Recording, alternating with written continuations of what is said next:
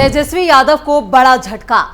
चिराग पासवान का करारा जवाब, मोदी के साथ ही रहेगा हनुमान। बिहार में सियासी घमासान तेज।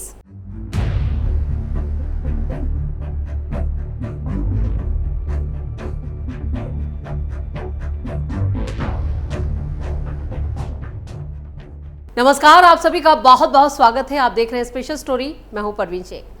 बिहार में एक खास तस्वीर देखने को मिली जब एक दूसरे पर बयानों के बाण चलाने वाले दो धुरंधर आमने सामने हुए। लंबे अरसे बाद नेता प्रतिपक्ष और पूर्व डिप्टी सीएम तेजस्वी यादव और केंद्रीय मंत्री चिराग पासवान एक साथ दिखे। दोनों नेताओं ने गर्मजोशी से मुलाकात करते हुए एक दूसरे को गले भी लगाया। जैसे ही चिराग और तेजस्वी की तस्वीरें मीडिया में आने लगी, वैसे ही कयासों का बाजार भी गर्म हो गया। हर कोई अपने अपने तरीके से सियासी गुणा भाग में जुट गया। कोई कहने लगा कि नीतीश को झटका, तो कोई कहने लगा कि बीजेपी और मोदी को झटका देने की तैयारी में जुटे हैं चिराग पासवान। लेकिन इन सभी खबरों और कयासों पर चिराग पासवान ने ठंडा पानी फेर दिया है। दरअसल चिराग का एक बड़ा बयान सामने आया है, जिससे तेजस्वी यादव को अब तगड़ा झटका लगा है। एक झटके में टूटा सारा तिलिस्म। बिहार विधानसभा चुनाव 2025 से पहले आरजेडी नेता तेजस्वी यादव के साथ केंद्रीय मंत्री चिराग पासवान की मुलाकात ने सियासी गलियारों में हलचल पैदा कर दी। राजनीतिक गलियारों में चर्चा होने लगी, क्या तेजस्वी और चिराग एक साथ आ सकते हैं? राजनीति के गलियारों में लगाए जा रहे इन कयासों को केंद्रीय मंत्री चिराग पासवान ने सिरे से नकार दिया। केंद्रीय मंत्री चिराग पासवान ने कहा, अगर दूसरे गठबंधन में मुझे जाना होता तो मैं साल 2020 में जा सकता था। 2020 में जब मैं गठबंधन से अलग हुआ था तो मैं किसी वैकल्पिक गठबंधन में जा सकता था। संभव है कि मेरा प्रदर्शन बहुत ज्यादा बेहतर रहता और बिहार में हम लोग एक मजबूत स्थिति में होते, पर उस वक्त भी मैंने गठबंधन से अलग होकर अकेले चुनाव लड़ना पसंद किया। किसी का वैकल्पिक गठबंधन नहीं बना।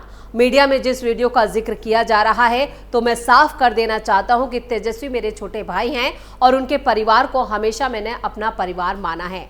लालू प्रसाद यादव मेरे लिए पिता जैसे और राबड़ी देवी माँ जैसी हैं। अब चिराग पासवान ने आगे कहा कि इस बात को हमेशा मैंने माना है कि ऐसे में वो परिस्थितियां जहां मेरी उनसे मुलाकात हुई, ये भी भारत के लोकतंत्र की उन खूबसूरत तस्वीरों में से एक है, जहां पक्ष विपक्ष सब एकजुट होकर हमारे शहीद और उनके परिवार वालों के लिए खड़ा है। जहां वो भी उस शहीद परिवार से मिलने गए थे जिन्होंने अपनों को खोया, वहीं मैं भी पहुंचा था। इस दौरान उनसे मुलाकात हुई। चिराग ने कहा कि एनडीए का गठबंधन काफी मजबूत है। हम लोग मजबूती के साथ बिहार विधानसभा चुनाव में जाएंगे। उपचुनाव परिणाम से हम लोगों में उत्साह बढ़ा हुआ है। उपचुनाव में 4 की 4 सीटें जीतकर हम लोगों ने 100% स्ट्राइक रेट दिया। यकीनन बिहार विधानसभा चुनाव नतीजों में हम 225 से ज्यादा सीटें जीतकर हम लोग सरकार बनाएंगे। बिहार में एक बार फिर मुख्यमंत्री नीतीश कुमार बनेंगे। अब चिराग पासवान के इन बयानों से साफ है कि हनुमान तो मोदी के साथ ही रहने वाला है और जो लोग ये कयास लगा रहे थे, उन कयासों को अब बुरी तरह से चिराग ने ही जोरदार झटका दिया है, या कहे कि 440 वोल्ट का झटका लगा है। तेजस्वी यादव और उनके जो नेता कार्यकर्ता जो खिचड़ी पका रहे थे, वो खिचड़ी पूरी तरह से जल गई है। चिराग पासवान का बिहार बुलावा। बिहार में विधानसभा चुनाव 2025 का बिगुल बजने से पहले ही सियासी पारा चढ़ गया। लोक जनशक्ति पार्टी रामविलास के अध्यक्ष और केंद्रीय मंत्री चिराग पासवान एक बार फिर बिहार की राजनीति के केंद्र में आ गए। 2020 के चुनाव में नीतीश कुमार की जेडीयू को भारी नुकसान पहुंचाने वाले चिराग पासवान अब एनडीए में रहते हुए भी अपने बयानों से असहजता पैदा कर रहे हैं। सवाल यह है कि क्या चिराग 2020 की सनसनीखेज वारदात दोहराने की तैयारी में है, या यह सिर्फ सियासी दबाव बनाने की रणनीति है? दरअसल 2020 बिहार विधानसभा चुनाव में चिराग पासवान ने एनडीए से अलग होकर अकेले ताल ठोकी थी। उनकी बिहार फर्स्ट की रणनीति के तहत उन्होंने जेडीयू के खिलाफ 133 सीटों पर अपने उम्मीदवार उतारे। भले ही उनकी पार्टी को सिर्फ 1 सीट मिली, लेकिन उन्होंने नीतीश कुमार की पार्टी को कम से कम 27 सीटों पर हराने में अहम भूमिका निभाई। चिराग की इस बगावत ने नीतीश की सियासी जमीन को हिलाकर रख दिया था। चिराग के बदले बदले तेवर। एनडीए में रहकर टेंशन क्यों? 2024 लोकसभा चुनाव में एनडीए के साथ चिराग ने शानदार प्रदर्शन किया और अपनी पार्टी की सभी 5 सीटों पर जीत हासिल की। इस जीत के बाद चिराग बिहार में अपनी स्थिति मजबूत करने में जुटे हैं। वो कह रहे हैं कि 2025 में नीतीश कुमार के नेतृत्व में एनडीए के साथ चुनाव लड़ेंगे, लेकिन उनके हालिया बयान जैसे बिहार मुझे बुला रहा है और मैं ज्यादा समय केंद्र में नहीं रहना चाहता, सियासी गलियारों में हलचल मचा रहे हैं। चिराग पासवान अब सिर्फ पासवान वोटों तक सीमित नहीं रहना चाहते। लोजपा रामविलास ने हाल ही में बहुजन भीम संकल्प सम्मेलन कर दलित समुदायों तक अपनी पहुंच बढ़ाने की कोशिश की और राजनीति की जानकार मानते हैं कि चिराग अपनी पार्टी का आधार बढ़ाने के लिए दूसरे दलित जातियों को भी साथ लाने की रणनीति पर काम कर रहे हैं। लेकिन उनकी यह महत्वाकांक्षा एनडीए के सहयोगी दलों, खासकर बीजेपी और जेडीयू के लिए चिंता का सबब बन रही है। सहयोगियों और विरोधियों को नसीहत। चिराग के बयानों से न सिर्फ विपक्ष बल्कि एनडीए के सहयोगी भी असहज है। आरजेडी नेता तेजस्वी यादव उन्हें बाहरी बताकर तंज कस रहे हैं। वहीं जितिन राम मांझी ने चिराग को नसीहत दी है कि बिहार में सीएम पद की कोई वैकेंसी नहीं है और नीतीश कुमार ही अगले मुख्यमंत्री होंगे। उपेंद्र कुशवाहा ने भी चिराग को गठबंधन धर्म का पालन करने की सलाह दे डाली। हाल ही में केंद्रीय मंत्री रामदास अठावले ने भी चिराग को दिल्ली में ही राजनीति करने की सलाह देकर सबको चौंका दिया। बिहार विधानसभा चुनाव 2020 में चिराग ने एनडीए को नुकसान पहुंचाया था, लेकिन 2025 में उनकी स्थिति अलग है। वो केंद्रीय मंत्री हैं और एनडीए का हिस्सा हैं और जो उनका बयान आया है वो ये बता रहा है कि वो एनडीए में ही रहने वाले हैं। उनकी पार्टी 35 से 40 सीटों पर दावा जरूर कर रही है, जो बीजेपी और जेडीयू के लिए सीट बंटवारे में चुनौती बन सकता है। लोजपा का तर्क है कि 2024 के लोकसभा चुनाव में उनका स्ट्राइक रेट 100% था, इसलिए उन्हें विधानसभा में भी सम्मानजनक हिस्सेदारी मिलनी चाहिए। यानी यहाँ पर प्रेशर पॉलिटिक्स का पूरा बखूबी इस्तेमाल हो रहा है। बीजेपी और जेडीयू के बीच पहले ही सीट बंटवारे को लेकर तनाव है। ऐसे में चिराग की मांगे एनडीए के लिए सिरदर्द बन सकती हैं, लेकिन फिलहाल इसका भी समाधान निकाला जा रहा है। ऐसे में सवाल यह है कि क्या चिराग अपनी महत्वाकांक्षा को पूरा करने के लिए 2020 जैसा दांव खेल सकते हैं। हालांकि वो फिलहाल तो इस बात से साफ साफ इनकार कर रहे हैं। चिराग पासवान का गोल पोस्ट। बिहार चुनाव में जेडीयू के खिलाफ उम्मीदवार उतारने के चिराग के फैसले को आधार बनाकर उनके चाचा पशुपति पारस ने पार्टी पर ही कब्जा कर लिया था। चिराग को उनके ही पिता की बनाई पार्टी से बाहर कर पशुपति ने खुद को अध्यक्ष घोषित कर दिया और केंद्र की एनडीए सरकार में बतौर मंत्री शामिल हो गए थे। नाम निशान की लड़ाई चुनाव आयोग पहुंची। चिराग और चाचा दोनों को ही नई पार्टी बनानी पड़ी थी। पिछले बिहार चुनाव में चिराग के साथ रहे और बाद में चिराग के जेडीयू विरोधी रुख की खिलाफत कर बगावत करने वाले पशुपति पारस इस बार एनडीए के खिलाफ ताल ठोकते नजर आएंगे।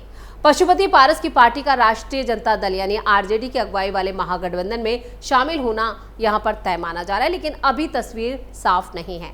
हालांकि इसका आधिकारिक ऐलान अभी होना बाकी है। मुकेश सैनी भी इस बार दूसरे गोल में। विकासशील इंसान पार्टी यानी वीआईपी का नाम भी उन दलों की लिस्ट में है जिनका 2020 के बिहार चुनाव में गठबंधन अलग था और इस बार भी अलग। मुकेश सैनी की अगुवाई वाली वीआईपी ने 2020 में सीट शेयरिंग पर खटपट के बाद पाला बदल लिया था। तब मुकेश सैनी चिराग पासवान की प्रेस कॉन्फ्रेंस से उठकर चले गए थे और एनडीए का दामन थाम लिया था।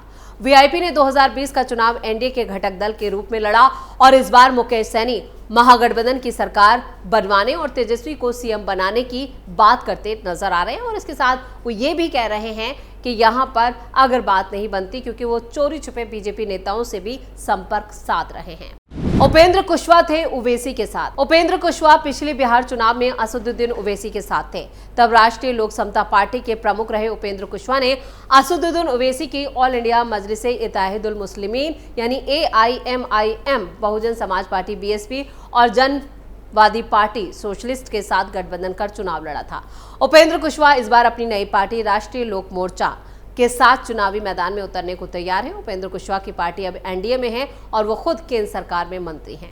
मांझी सिर्फ नीतीश के साथ थे, इस बार बीजेपी से बात। केंद्रीय मंत्री जितिन राम मांझी की अगुवाई वाली हिंदुस्तान अवाम मोर्चा की बात करें तो पिछले चुनाव से ठीक पहले उनकी पार्टी एनडीए में लौटी थी।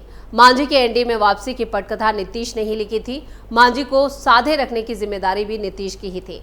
नीतीश ने मांझी की पार्टी जेडीयू के कोटे से सीटें दी थी। इस बार तस्वीर बदली हुई नजर आ रही।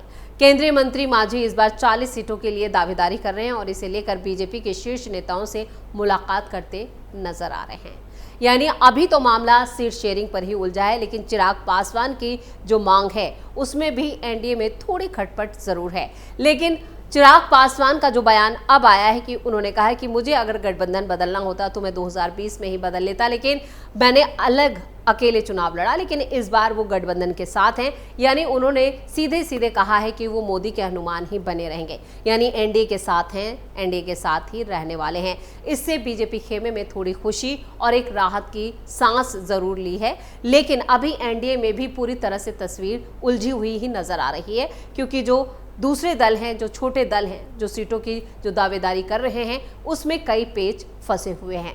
लेकिन इधर महागठबंधन को जिस तरह से चिराग पासवान ने झटका दिया है, खासतौर से तेजस्वी यादव को जो झटका लगा है, उसके बाद ये उम्मीद की जा रही है कि चिराग और तेजस्वी की राहें पहले भी जुदा थी और अब भी जुदा है।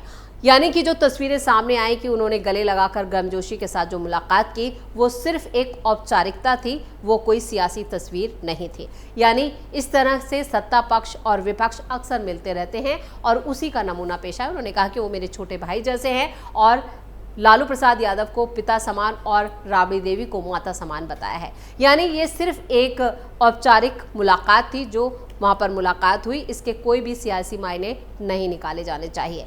यानी चिराग पासवान ने पूरी तरह से ये साफ कर दिया कि वो एनडीए में ही बने रहेंगे। सीटों को लेकर जो मोलभाव है वो अभी फिलहाल चलता रहेगा।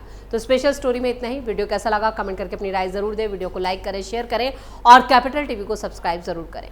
धन्यवाद।